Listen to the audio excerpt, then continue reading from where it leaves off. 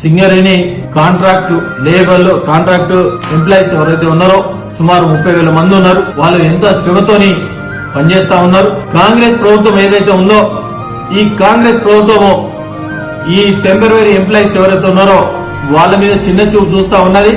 మరి కేవలం సుమారు 12 నెలలు ఉంటది.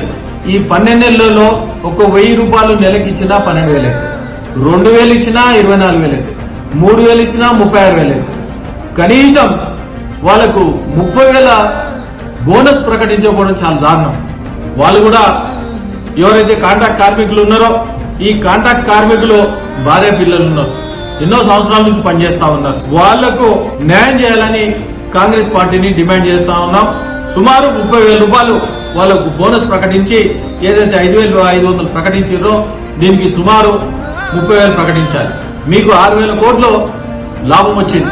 ఈ 6,000 కోట్లు సుమారు 2,000 కోట్లు మీరు ఇక్కడ పెడతా ఉన్నారు. ఈ 4,000 కోట్లు వేరే దానికి పెడతా ఉన్నారు.